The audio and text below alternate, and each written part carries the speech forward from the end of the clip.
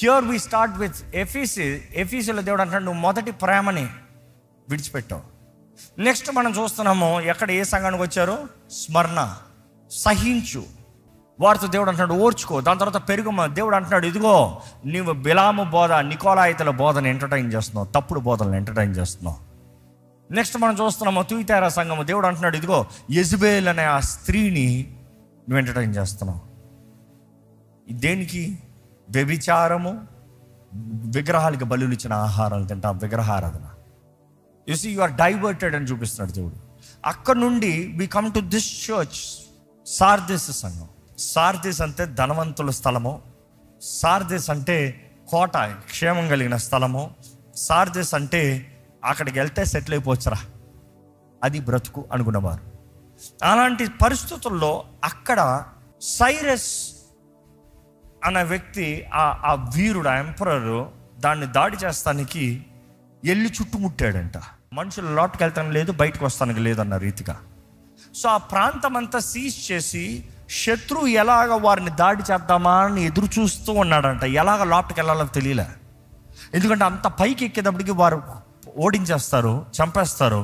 What is the way, how can, ఎట్లా అసలు పైకి ఎలాగ వెళ్ళాలి అనే ప్లాన్లో వారు వెతుకుతూ ఉన్నప్పుడు ఒక రాత్రి అంట ఈ కోట పైన ఉన్న సైనికుడు పైనుండి కింద తొంగి చూస్తున్నాడంట. తొంగి చూస్తూ ఏమైందంట, ఆయన హెల్మెట్ కింద పడిందంట. ఆయన ఏం చేశాడంటే తిన్నగా సైలెంట్గా దీపం తీసుకుని కిందకి దిగి వెళ్ళిపోయాడంట. ఎక్కడ దిగి వెళ్ళాడంట? ఆయన హెల్మెట్ తీసుకుంటాను పైన కోట నుండి దిగి వెళ్ళి హెల్మెట్ తీసుకున్నాడంట, తలపైన పెట్టుకుని కట్టుకున్నాడంట. మరలా దీపం తీసుకుని పైకి వచ్చి ఆయన ఎట్లా రావాలో దూరం వచ్చాడంట లాట్కి. కానీ అక్కడ శత్రువులు చూస్తూ ఉన్నారంట, ఎట్లా దూరదామని. అందులో ఒక సైనికుడు చూశాడంట, అదుగో దిగుతున్నాడు చూడు, అదుగో దీపం వెళ్తాను చూడు, అదిగో ఆ దీపం పట్టుకునే దిగుతున్నాడు చూడు, అదిగో తీసుకున్నాడు చూడు, తలకాయ పెట్టుకున్నాడు చూడు, మళ్ళీ పైకి వెళ్తున్నాడు చూడు, అదిగో అక్కడ ఉందరా మ్యాప్. పట్టాడంట దాన్ని బేస్ చేసుకుని సీజర్ ఏం చేశాడంటే మామూలు సైనికులందరినీ ఒక సైడ్ పంపించి పట్టణాన్ని డైవర్ట్ చేశాడంట. ఎక్కడైతే దారి ఉందో ఆ దారి దగ్గర మాత్రం ఎవరు కాకుండా ఇంకొక సైడ్ వెళ్ళి మొత్తానికి యుద్ధానికి వెళ్ళినట్టు చూపించాడంట. అందరు ఫోకస్, పట్టణంలో ఉన్న వారి ఫోకస్ అంతా అటువైపు వెళ్ళి పోరాడుతూ ఉంటే వెనక నుండి వీరుల్ని, అసలైన వీరుల్ని వెనక నుండి పంపించి ఎక్కడైతే దారి చూపించారో అక్కడ దూరి ఆ పట్టణాన్ని క్యాప్చర్ చేసుకున్నాడు. కానీ 300 సంవత్సరముల తర్వాత మరలా హిస్టరీ రిపీట్. వీళ్ళు ఓడిస్తానికి పర్షియన్లు వెయిట్ చేశారంట, ఎట్లా పట్టాలరా అని. వారు ఎదురు చూస్తూ ఉన్నదప్పుడు ఏం జరిగిందంటే సడన్గా వారు నోట్ చేశారంట, వల్చర్స్, రాబందులు సడన్గా తిరిగి ఒక్క ప్రాంతంలో మాత్రం కిందకు దిగుతాం, ఒక ప్రాంతంలో మాత్రం కిందకి వెళ్తాం, మరలా పైకి వెళ్తాం, కిందకి వెళ్తాం, ఎందుకు అక్కడికే వెళ్తున్నాయి అని వారు పరీక్షించినప్పుడు వారు గ్రహించుకున్నారు, ఓహో చచ్చిన వారిని అక్కడ పడేస్తున్నారనమాట. అదే సమయంలో అక్కడ పెద్ద సెక్యూరిటీ లేదనమాట. సో అది వారు వీక్ పాయింట్ అనమాట. వారు కూడా మరలా అదే స్ట్రాటజీ వాడి వాళ్ళని డైవర్ట్ చేసి ఎక్కడైతే వీక్ అక్కడ నుండే పర్షియన్స్ పైకి ఎక్కి ఆ పట్టణాన్ని మరలా జయించారు. సో సార్దిస్కి ఒక మచ్చ పడింది. ఏంటంటే ఒక్కసారి వారు మోసం చేయబడి వారిని ట్రాప్ చేసి వారిని పట్టారు. రెండోసారి కూడా బుద్ధి రాలేదు, రెండోసారి కూడా మరలా అలాగనే అయింది. సో ఆ పట్టణంలో ఏం జరిగిందో ఆ ప్రాంతంలో ఉన్న వారికి అందరికీ బాగా తెలుసు. ఇప్పుడు దేవుడు వారికి పట్టణానికి పత్రిక రాస్తూ ఏమన్నా రాస్తున్నాడంటే, ఈరోజు ఇప్పుడు ఈ ఇన్సిడెంట్ హిస్టరీ తెలిసిన తర్వాత మీకు అక్కడ ఏముందో అర్థమవుతుంది. అక్కడ ఏమని చెప్తున్నాడు చూడండి ప్రభు, 3rd chapter 2nd verse. 7 నక్షత్రములను దేవుని 7 ఆత్మలను కలవాడు చెప్పు సంగతులు ఏమనగా, నీ క్రియలను నేను ఎరుగుదును, ఏమనగా జీవించుచున్నావన్న పేరు మాత్రం ఉన్నది గాని, జీవించుచున్నావన్న పేరు అంటే నీకు రెప్యుటేషన్ ఉంది కానీ నీవు మృతుడవే, నీవు చచ్చిన వ్యక్తివే. Go head. నీ క్రియలు నా దేవుని ఎదుట సంపూర్ణమైనవిగా నాకు కనబడలేదు కనుక జాగరూకుడవై. ఇప్పుడు చూడండి 2వ వచనం చూస్తే, జాగరూకుడవై, బీ వాచ్ఫుల్. Be watchful. ఏదైతే క్రాక్స్ ఉన్నాయో, ఏదైతే ఇరిగుందో, ఏదైతే బలహీనంగా ఉందో, ఏదైతే చచ్చిపోయే పరిస్థితులు ఉందో దాన్ని భద్రపరచు. ఇక్కడ ఈ సంఘంతో చూసినప్పుడు ఒకే సంఘం కానీ వ్యత్యాసమైన ప్రజలు ఉన్నారు. ఈ సంఘం అంటారు చరిత్రలోనే ద రిచెస్ట్ చర్చ్ అంట. ఎందుకు రిచెస్ట్ చర్చ్? ఆ సంఘానికి అక్కడ శ్రమలు లేవు. ఎందుకంటే హిస్టరీ చెప్తుంది, హిస్టరీ ప్రూవ్ చేస్తుంది. ఆఫ్టర్ కాన్స్టంటైన్ అనే ఎంపరర్ ఎప్పుడైతే క్రైస్తవుడిగా మారాడో, తన తల్లి హెలీనా ఎప్పుడైతే దేవుని దర్శనాన్ని పొందుకుందో, తన భార్య ఎప్పుడైతే దేవుని దర్శనాలు పొందుకుందో, ఎప్పుడైతే హెలీనా వారి తల్లిగారే ఈరోజు యెరూషలేముకి వెళ్తే మీరు చూడగలిగిన ప్రతి యేసు ప్రభు స్థలాలు ఏదైనా మిగిలిందంటే దాన్ని కనిపెట్టి, ఎందుకంటే after hundreds of years 300 years plus 380 తర్వాత వాళ్ళ తల్లిగారు రక్షించబడిన తర్వాత తాను వెళ్ళి యేసు ప్రభు ఉండిన స్థలము, నివసించిన స్థలము, అక్కడ ఈరోజు యెరూషలేముకి వెళ్తే మీకు కనబడేది ఏదైనా సరే ఆవిడ వెతికి వెతికి వెతికి ఆ స్థలాన్ని పాయింట్అవుట్ చేసి అక్కడ ఒక ఆలయాన్ని కట్టించింది. సో అది ఒక గుర్తుగా. సో ఆ రీతిగా సువార్త వచ్చిన తర్వాత అంతవరకు నువ్వు క్రైస్తవుడుగా చంపేస్తా. కానీ కాన్స్టంటైన్ ఎంపరర్ ఎప్పుడైతే రక్షించబడ్డాడో తను చేసిన ఒక పెద్ద తప్పు ఏంటి తెలుసా? తప్పనే అంట. ఏంటి తెలుసా? ఒక లా పాస్ చేశాడు. ఏమన్నా లా పాస్ చేశాడంటే, నువ్వు క్రైస్తవుడు అయితేనే నీకు ఉద్యోగం. వింటానికి బాగుంటుంది. నువ్వు క్రైస్తవుడు అయితేనే వ్యాపారం చేయగలుగుతావు. నువ్వు క్రైస్తవుడు అయితేనే నీ గవర్నమెంట్ జాబ్, అంటే ఎంపరర్ దగ్గర రోమ్లో జాబ్స్. నువ్వు క్రైస్తవుడు అయితేనే నీకు ఈ ప్రివిలేజెస్. అండ్ ఇన్ఫ్యాక్ట్ ఏమన్నాడు, ప్రతి ఒక్కరు క్రైస్తవులు అయిపోవాల్సిందే అని లా పెట్టాడు. సో వింటానికి మంచిది కదండి. అది మత మార్పిడి, అది రక్షణ కాదు. ఎవరిని you cannot change by force. You should not. అరే ఎంపరర్ నువ్వు క్రైస్తవుడు అయిపోవాల్సిందే అని లా పెట్టేలాగుంటే దేవుడు చెప్పలేడా? ఒరే మీరందరూ క్రైస్తవులు అవ్వాల్సిందారా అని దేవుడు పెట్టలేడా? ఏ ఎంపరర్ కన్నా మించిన అధికారం దేవుడికి లేదా? దేవుడు అంటున్నాడు, జీవము, మరణము, ఆశీర్వాదము, శాపము నీ ముందు ఉంది, ఏది కావాలో కోరుకో. Choice is yours. నువ్వు రక్షించబడాలి, ఏ ఒక్కరు నశించిపోకూడదని దేవుని ఆశ. ఇక్కడ కూడా చూస్తే నీకు సమయం ఇస్తున్నాను, మారు మనసు పొందని అంటాడు అన్ని సంఘాలకి, ఆల్మోస్ట్ అన్ని సంఘాలకి, ఆల్మోస్ట్ అన్ని సంఘాలకి నువ్వు రక్షించబడి repent repent repent. Why can't God force you should do this or else you are not there. ఒక్కరోజు ఉంచానని చెప్పేచ్చుగా. కానీ కాన్స్టంటైన్ చేసిన కార్యం ఏంటంటే, నువ్వు క్రైస్తవుడు అవ్వాల్సిందని రూల్ పెట్టేశాడు. కానీ రక్షణ లేని క్రైస్తవత్వం ఏమైనా ప్రయోజనం ఉందా? You have to believe, you have to repent, you have to confess your sins, get one with God, seek peace with God, get in to the covenant. నిబంధన లేనిది క్రైస్తవుడు లేడు.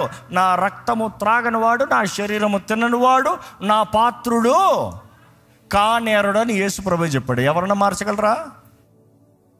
సో ఆది సంఘానికి ఏమైందంటే, అంతసేపు నువ్వు క్రైస్తవుడువా, నీకు వ్యాపారం లేదు.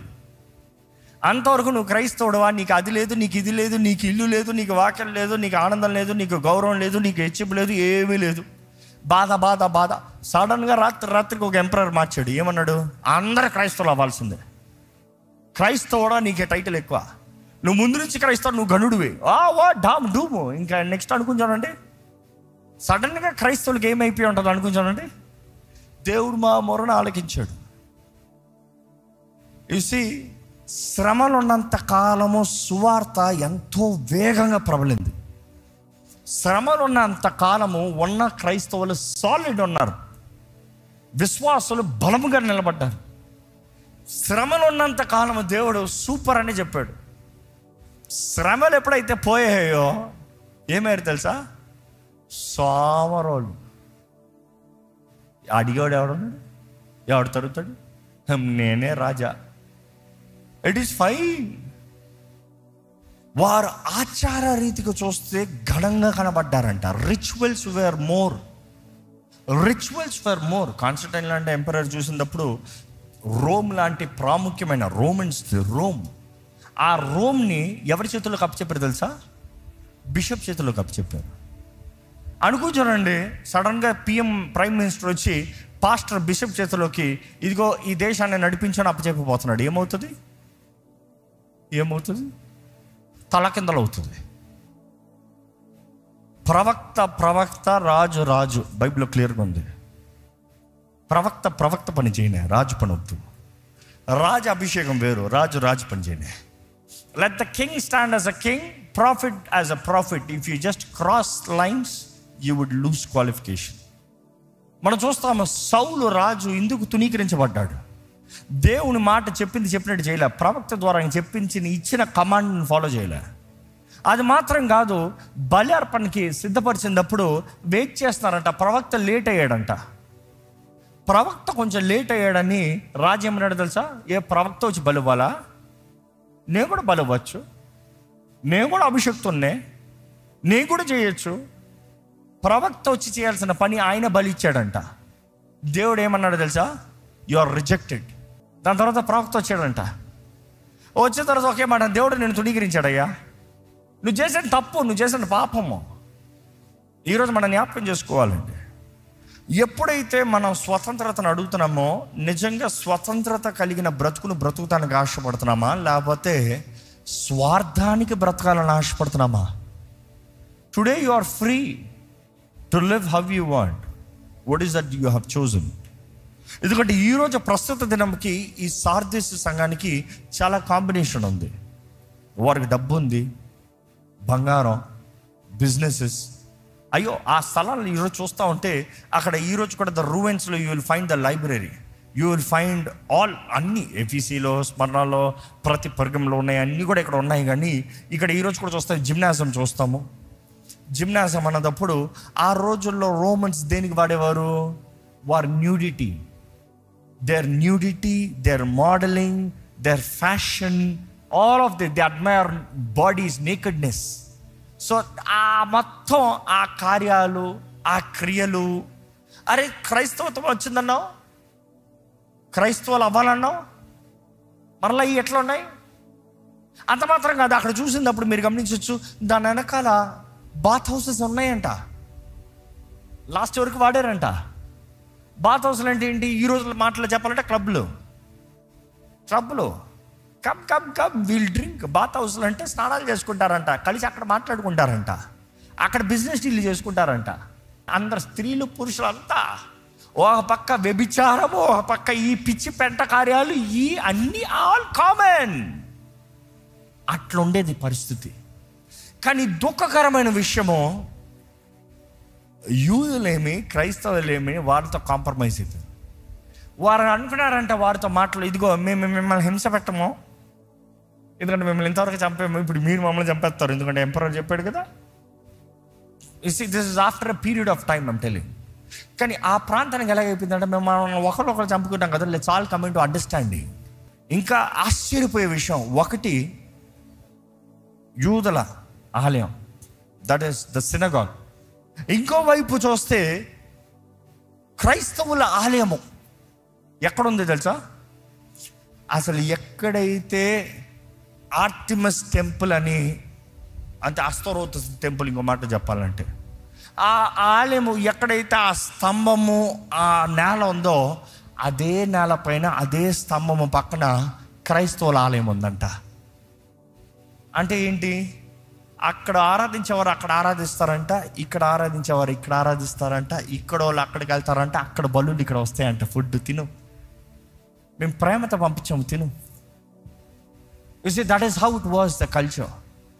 ఆ రీతిగా అంత కాంప్రమైజ్ అయిపోయి, అంతవరకు నిలబడిన స్టాండ్, ఆ నిలబడిన విధానము, లేకపోతే ఉద్దేశ్యము అంత పోయింది.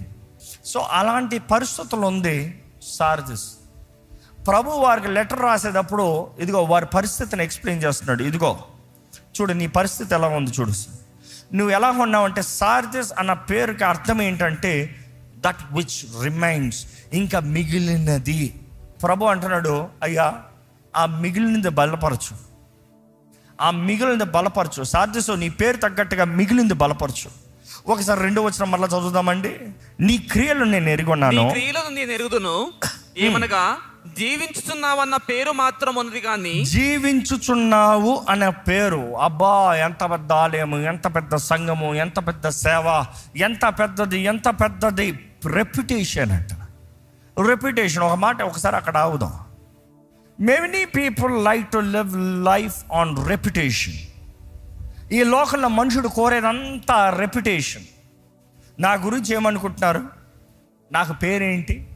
చూసి రెప్యుటేషన్ అన్న మాట మీకు నేరుగా కొడుతున్నాను. Are you trying to please life and win reputation? What is your reputation? ఈరోజు చాలామంది we try to win reputations. ఇంకో మాటలో ప్రాక్టికల్గా చెప్పమంటారా, you like to make statements. ఇంకో మాటలో చెప్పాలంటే you really care what people think about you, don't you? Oh ya, why do you dress? కొంతమందికి నిజంగా బ్రాండ్ పిచ్చి ఉండదు, కానీ ఎవరో మెప్పించాలి, అది వేస్తానే నాకు విలువ ఇస్తాడంట. కొంటావు. నీకు అవసరమా? అవసరం కాదు. నీ స్తోమత కాదు. నీకు తగిందా? నీకు తగింది కాదు. కానీ వాళ్ళు నన్ను ఈ బ్రాండ్లో చూసి, you want to win the reputation. You're pleasing people. Give me this value. I'm asking you, who are you trying to please? What is the reputation you got? మీ పక్క వాళ్ళు ఏమని అనుకోవాలి, మీ కొలీగ్స్ ఏమనుకోవాలి? Is it all about winning reputation? You see, reputations will fade away. ఒకరోజు నీ గురించి గనుడిగా అనుకున్నా, ఇంకో రోజు నువ్వు దరిద్రుడు అన్నదప్పుడు నీకు విలువ. ఎందుకంటే జీవితంలో అందరూ పైకి కిందకి వెళ్తూ ఉంటారు. If you trying to live life, sustain your life on reputation is not gonna help. ఈరోజు బ్రతుకున్నామని ఆర్భాటము ఈ సార్దిస్కి అదే పేరు. బ్రతుకున్న సంఘం అని పేరంట, కానీ చచ్చిన వారు. దేవుడు అంటాడు, ఇదిగో మీ సంఘం కూడా అలాగనే ఉంది. పేరుకి బ్రతుకున్నారు, వండర్ఫుల్, గొప్ప పేరు, కానీ లోపల శక్తి ఉందా? లేదు. ఏమైనా చేయగలుగుతావా? లేదు. ఆత్మ కార్యం ఏమైనా ఉందా? లేదు. పరిశుద్ధాత్మ ఉన్నాడా? లేడు. పరిశుద్ధాత్మ లేని సంఘములన్నీ చచ్చిన సంఘములండి. మార్కెట్. ఆత్మ కార్యము లేని, ఆత్మ శక్తి లేని, ఆత్మ సన్నిధి లేని, ఆత్మ ఒప్పింపు లేని సంఘములన్నీ చచ్చినవే. ఈరోజు కొంతమంది ఉన్నారులే పరిశుద్ధాత్మ అంటే జస్ట్ ఎగిరేస్తామని. No, that is not the thing. ఒక వ్యక్తి పరిశుద్ధాత్మ ద్వారంగా బ్రతుకుతున్నాడు అనే వ్యక్తి ఫలించాలి. There has to be fruit.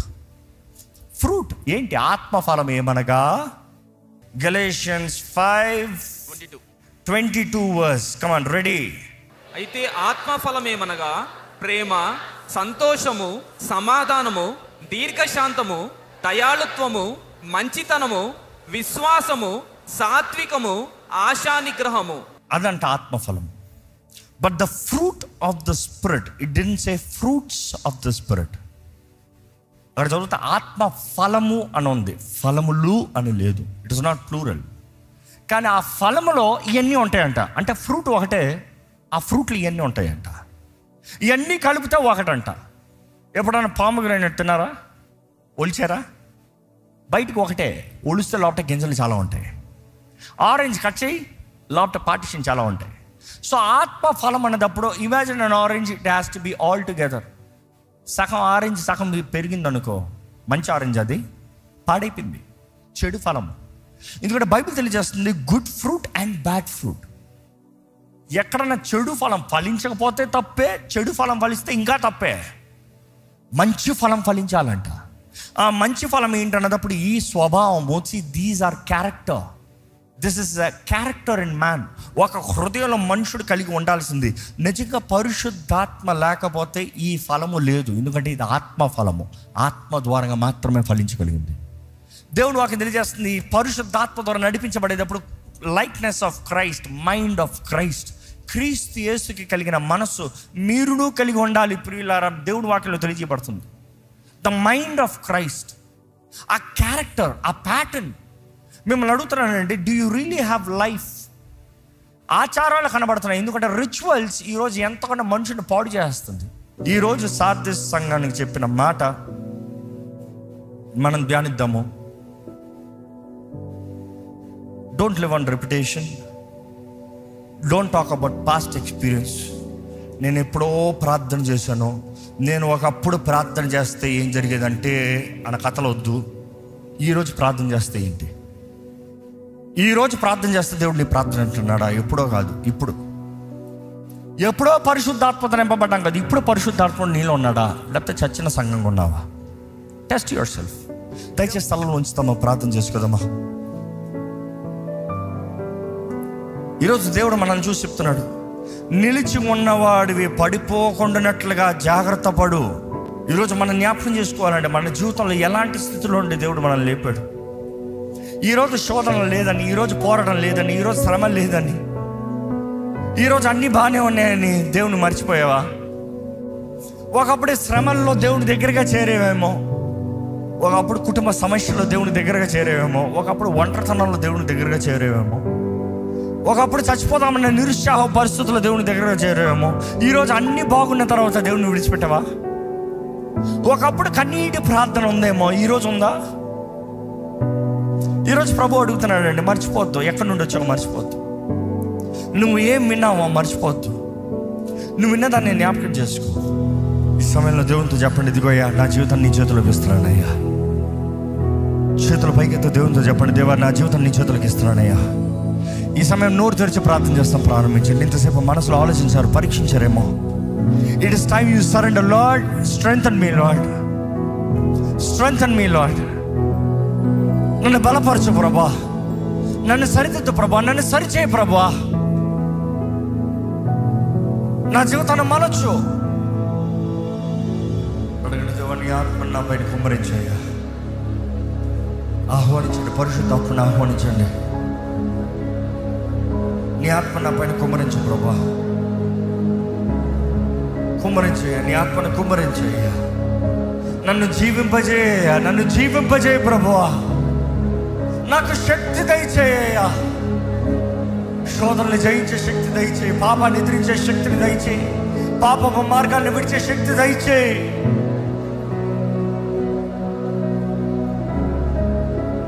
పరిశుద్ధాత్మ లేని జీవితములు చచ్చిన జీవితములే. పరిశుద్ధాత్మ లేని బ్రతుకులు చచ్చిన బ్రతుకులే. ఏంటిది నీ జీవితంలో జీవం లేని కార్యాలు? ఏంటిది నీ జీవితంలో చచ్చిన స్థితులు? ఈరోజు లేపగలిగింది జీవాత్మే, పరిశుద్ధాత్ముడే.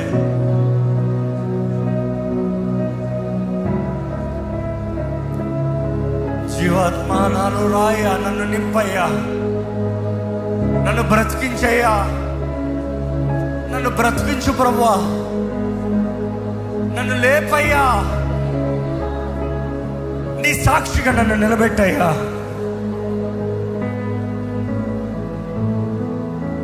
అడగండి, start declaring, start declaring, start declaring, start declaring, start declaring, start declaring.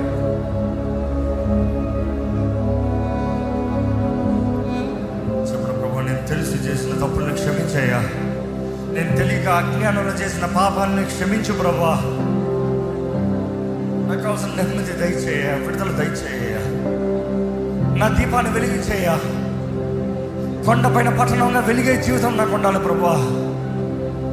చచ్చిన బ్రతుకు నాలో ఉండను వద్దయ్యా, చచ్చిన జీవితం నాలో ఉండను వద్దయ్యా. ప్రతి ఒక్కరి జీవితాన్ని చూడు ప్రభువా. ఎవరు ఎటువంటి పరిస్థితులు ఉన్నవారు నువ్వు ఎరుగున దేవుడు. ఇక్కడ చచ్చిన వారు వద్దు ప్రభువా, దయచేసి చచ్చిన బ్రతుకులు వద్దు ప్రభువా. మాకు చచ్చిన జీవితంలో వద్దు, శక్తి లేని వారు వద్దు, ఎప్పుడో రెప్యుటేషన్ వద్దు ప్రభా. ఈ రోజు మేము ప్రార్థన చేస్తాను వినాలయ్యా, అంతేనే మాకు కావాల్సింది. నువ్వు ప్రార్థన వింటే చాలు ప్రభా. నువ్వు ఏదైనా తగిన సమయంలో జరిగించే దేవుడు. దేవా నీతో మేము సరిగా ఉండాలి. లోకంతో రాజీ పడే బ్రతుకు మాకు వద్దు ప్రభా. Compromise for everything and for every one. దేవా నువ్వేమనుకుంటున్నావో ఆలోచించాలయ్యా. నీకేది అంగీకారం అది చేయాలి ప్రభా. నీ చిత్తం ఏదో అది తెలుసుకునే బ్రతకాలి ప్రభా. నీ సాక్షిగా జీవించే జీవితం ఇక్కడ ఉన్న మా అందరికి దయచేయ్యా. వేషధార బ్రతుకు మాకు వద్దయ్యా. వేషధారను అసహించుకున్న దేవుడు వేయడు. నీకు అసహ్యంగా మా జీవితాలు మారకూడదు ప్రభా. హిపోక్రటికల్ లైఫ్ మాకు వద్దు ప్రభా. బయట ఒక రీతిగా, ఆలయంలో ఒక రీతిగా, ఇంట్లో ఒక రీతిగా, కుటుంబంలో ఒక రీతిగా, ఆలయంలో ఒక రీతిగా, భక్తు పరులుగా ఆలయంలో వేషధారణ వద్దు ప్రభా. మా బ్రతుకుల్లో లోపల నుండి బయటకు మార్చేయ. Inside out, inside out, inside out. మమ్మల్ని కడిగయ్యా, సంపూర్ణంగా కడుగు. మమ్మల్ని లోపట కడుగు, బయట కడుగయ్యా. నీ రక్తం దగ్గర ఉన్న మమ్మల్ని అందరినీ కడిగయ్యా. దేవ, జీవాత్మ నీవే, జీవానిచ్చే రువా ఎలోహిం నువ్వేనయ్యా. నా ఆత్మని కుమ్మరిస్తానన్నావయ్యా, వాగ్దానం చేసావయ్యా. నీ ఆత్మని ప్రతి ఒక్కరికి, ఏ ఒక్కరిని విడిచిపెట్టలేదయ్యా. ఎవరైతే యేసు రక్తంలో కడగబడుతున్నారో వారందరూ నీ బిడ్డలుగా, నీతిమంతులుగా మార్చబడే అవకాశం. Lord, here we are, Lord, asking you, show us mercy, show us your grace, show us your compassion. నీ బిడ్డలుగా నీ సన్నిధిలో నిలబడి ఉన్నాం. మేము చేసిన తప్పుల్ని క్షమించు. మా పేర్లు ఎప్పటికీ జీవగ్రంథంలో నుంచి కొట్టివేయబడకూడదు ప్రభా. ఎప్పటికీ మా పేర్లు జీవగ్రంథంలో పోకూడదు. మేము ఇంత భక్తి, ఇంత నీ కొరకు జీవిస్తున్నామని, ఇంత నేను సేవిస్తున్నామని చెప్పి చివరికి జీవగ్రంథంలో పేరు రాయబడకపోతే వ్యర్థమే కదా ప్రభా. రాయబడిన పేరు కొట్టివేయబడతాము, ఇంకా ఎంత అవమానం ప్రభా. ఆనాడు అలాంటి వార్తలు అంటావు కదయ్యా. వారు అంటారు, అయ్యా నీ నామములో మేము దయ్యాలని పారదోలేదా, అద్భుతాలు చేయలేదా, స్వస్థతలు చేయలేదా, అవి చేయలేదా, ఇవి చేయలేదా అంటే నువ్వు అనే ఒకే మాట, మీరు ఎవరో నాకు తెలియదు అంటావయ్యా. అవునయ్యా, ఎవరి పేర్లు అయితే రాయబడి ఉండవో, ఎవరి పేర్లు అయితే కొట్టివేయబడతాయో వారు నువ్వు ఎరగననే చెప్తావయ్యా. అటువంటి స్థితి, అటువంటి గతి మాకు రానివద్దయ్యా. Lord, here we are asking you humbly. మా అందరి పేర్లు ఈ ఆలయంలో అడుగుపెట్టిన ప్రతి ఒక్కరి పేరు జీవగ్రంథంలో ఉండాలయ్యా. నీకు అసాధ్యమైంది ఏది లేదు. ప్రతి హృదయాన్ని మార్చగలిగిన దేవుడు, ప్రతి జీవితాన్ని మార్చగలిగిన దేవుడు. అంత మాత్రమే కాదే, ఈ లోకంలో జీవించినంత కాలం మా దీపం వెలుగుతూ ఉండాలి. కొండ పైన పట్టణం వలె మేము ఉండాలయ్యా. With light lamp burning, shining bright. శక్తితో కూడిన భక్తి మాకు దయచి, నమ్మకంగా నిన్ను సేవించే జీవితంలో మాకు దయచి. మా ముందున్న ప్రతి ఒక్కరిని బలపరచు, మా ముందున్న ప్రతి ఒక్కరిని దీవించు. ముందున్న నెలల్లో నీ చిత్త ప్రకారం మమ్మల్ని నడిపించయ్యా. నీ కార్యములు జరిగించు ప్రభా. నీ సహాయము, నీ సన్నిధిని దయచే ప్రభా. నీ తోడుని మాకు అనుగ్రహించయ్యా. ఈరోజు విత్తన వాక్యాన్ని ముద్రించి ఫలింపజేయమని వేడుకుంటూ నజరేయుడైన యేసు నామములో అడిగి వేడుచున్నాం తండ్రి, ఆమేన్. దైవం నీవయ్యా.